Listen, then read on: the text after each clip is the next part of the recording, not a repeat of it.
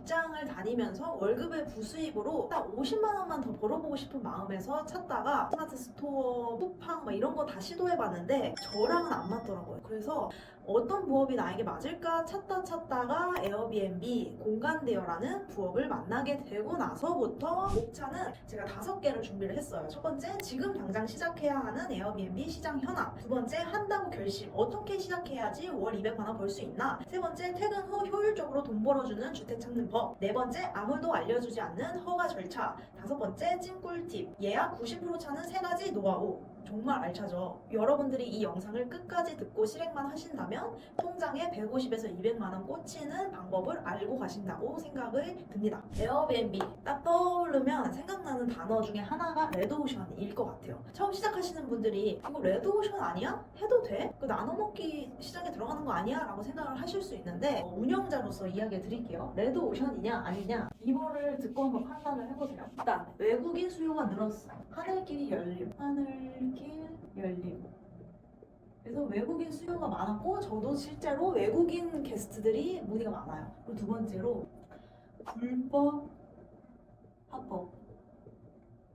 불법 숙소와 합법 숙소의 거의 대결이라고 봐도 무방할 정도로 이제는 세대 교체가 되고 있어요. 다들 합법 숙소를 오픈하려고 해요. 왜냐면 불법 숙소에 대한 규제 강화가 계속 심해지고 있거든요. 그래서 이 숙소들은 어차피 오래 못 간다고 저는 봐요. 그래서 사라지고 있습니다. 거의 절반은 날아갈 것 같아요. 얘가 왜 이게 사라질 거라고 제가 보냐면 관광경찰들이 잡는 거거든요. 관광경찰이 힘들어서 못 잡는다 하지만 이제는 이거를 주민분들이 아세요. 그렇기 때문에 인근 주민분들이 신고를 하면서 잡혀가고 있습니다. 사라지고 있습니다. 이 숙소들이 이제 앞으로 점차 더 많이 사라지겠죠. 그리고 세 번째는 한두 채밖에 어차피 못 오픈해요. 왜냐면 전입을 해야 돼요. 전입. 근데 전입은 대부분 어떻게 하시냐면 내 거 하나, 가족이랑 같이 운영하는 거 하나. 그러니까 우리에게 기회가 있다. 어떻게 해야 월 200만 원을 벌 수 있을까요? 모든 숙소들이 월 200만 원을 벌 수 있냐? 그거는 저는 아니라고 생각을 해요. 왜냐면 그러면은 이 전국구에 에어비앤비 다 생기고 그냥 돌아다니는 사람 없는 동네에서도 생겨야죠. 그건 아니고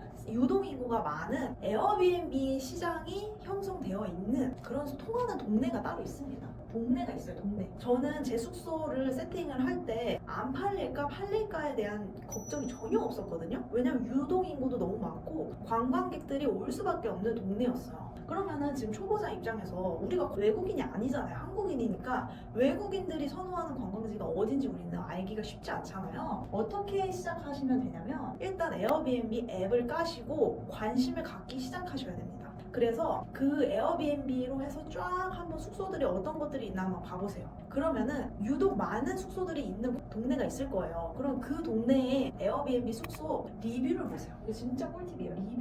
리뷰를 보시면 어떤 리뷰들이 달리냐면 외국인들이 달아준 진짜 찐 리뷰들을 발견하는 숙소들이 나옵니다. 그러면 그런 숙소들이 많은 동네, 외국인 수요가 있는 동네라고 보시면 돼요.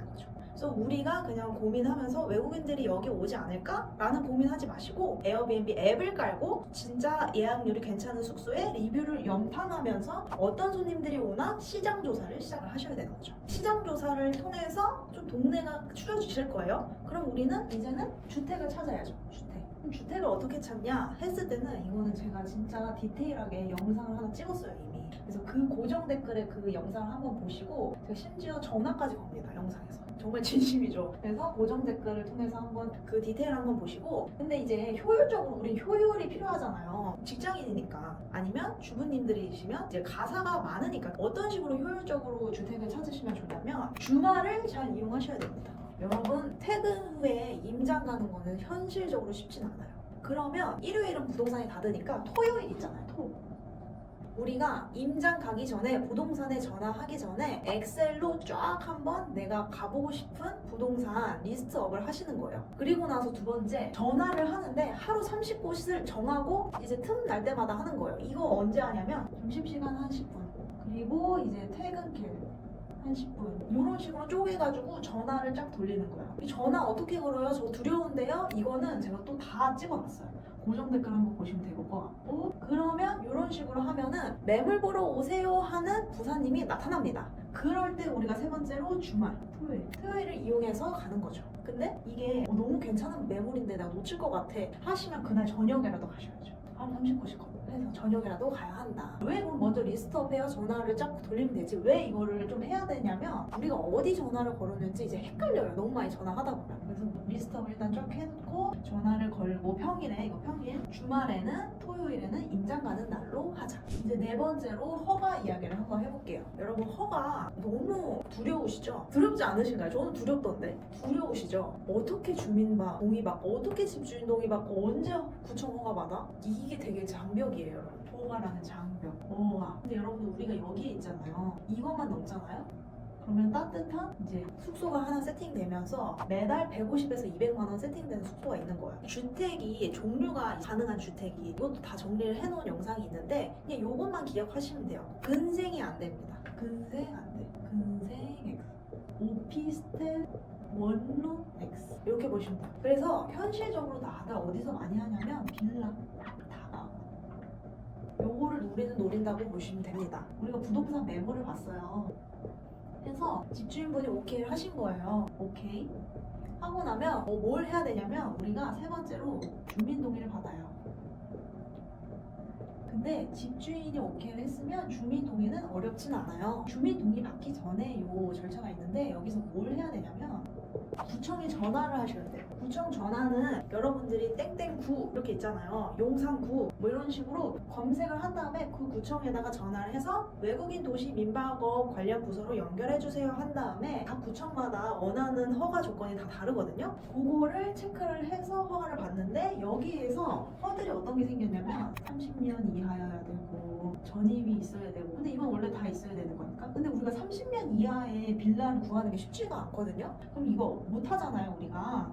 그러면 특례하면 돼요. 특례. 위홈 특례. 위홈 특례가 뭐냐면 위홈은 에어비앤비랑 비슷한 숙박 플랫폼인데요. 너네 이렇게 구청 허가 받기 어렵지? 30년 이하 빌라만 되는 거 우리가 특례에서 허가 내줄게. 대신 위홈에 우리는 좀 추가 수수료를 내야 돼요. 추가 수수료. 근데 추가 수수료 내도 수익률이 괜찮거든요. 그래서 내가 다 찾았는데 30년 이하여야만 되는 거여가지고 힘들다. 그러면은 특례를 이용하시면 된다. 특례. 요거는 어렵지 않아요. 위홈 특례라고만 검색해도 다 나옵니다. 그래서 요 절차대로만 하시면 돼요. 이제 에어비앤비도 퀄리티가 높아져서 정말 호텔같이 예쁘게 해놔요. 예전에는 그냥 진짜 집만 덩그러니 친구를 칙칙한 친구를 이런 숙소들도 다 팔리던 시기가 있었거든요. 근데 이제는 사람들이 아기자기한 소품들도 꾸미고 친구류도 싹 화이트 톤으로 하면서 업그레이드가 됐어요. 그래서 여기에서 90% 예약 받는 첫 번째 꿀팁은 사진이에요. 사진 진짜 제대로 찍으셔야 돼요. 그래서 제가 이 사진 한번 두 개 비교해 볼게요. 여러분들이라면 어느 숙소에 가실 것 같으신가요? 되게 많은 호스트분들이 이 세팅하는 거에만 엄청 열심히 하시고 결국 판매에는 많은 노력을 안 하시는 것 같아요. 물론 하시는 분들도 계시겠지만 그래서 사진을 제대로 먼저 첫 번째로 찍으셔야 되고요. 두 번째로 해주셔야 될 거는 에어비앤비에서는 후기가 너무 중요합니다. 그래서 후기 이벤트를 좀 하셔서 후기가 5개, 기본적으로 5개는 좀 쌓여야 한다. 당연히 에어비앤비 플랫폼에서 외국인만 받을 수 있으니까 외국인 후기여야겠죠. 그리고 세 번째로 이건 진짜 꿀팁인데 할인을 좀 적용을 해주시면 좋아요. 주간, 월간 할인을 적용해 주시면 좋고 근데 우리가 이거 직장 다니면서 부업이잖아요. 직장 다니면서 부업을 할 때 가장 중요한 거는 얼마나 신경을 덜 쓰냐거든요. 신경을 덜 쓰려면 어떻게 해야 될까요? 연락을 많이 안 하고 많이 안 하려면 어떻게 해야 될까요? 길게 머무르는 게스트를 받아야 돼요. 길게 머무르는 게스트를 받으려면 어떻게 세팅하시면 좋냐면 최소 2박을 해야 되는 거예요. 이렇게 하면은 진짜로 외국 손님들을 받을 수 있게 허들이 하나 생겨요. 이제 한국 내국인 분들은 1박으로 그냥 국내에서 하루 놀고 잘 수 있는 곳을 찾는다면 외국 분들은 최소 2박을 해두면 거의 대부분 4박 이상 하시더라고요. 4박 이상부터 예약이 들어오면서 진짜 장기 예약까지 받을 수가 있어요. 그래서 여러분들이 내가 좀 덜 관리를 하고 싶다 그럼 최소 2박으로 세팅을 해놓는 거를 추천을 드립니다. 여기까지 들으신 분들을 위해서 현실적인 이야기도 한번 해볼게요. 에어비앤비 진짜 돈 벌 수 있나 했을 때 저는 에어비앤비로 지금 돈을 벌고 있기 때문에 가능하다고 생각합니다. 심지어 어머니, 이모에게도 추천을 했고 두 분도 다 운영을 하고 계세요. 그럼 진짜라는 게 좀 와닿으시겠죠? 두 번째로 매물 찾을 수 있냐라고 많이들 물어보시는데 찾을 수 있어요. 하지만 그냥 전화 한 통 해보고 거절당하고 나서 아니면 부동산 들어갔다가 거절당하고 나서 안 되네 라고 낙담을 하신다면 찾기는 어렵겠죠. 도전을 하셔야 되고 최소 30개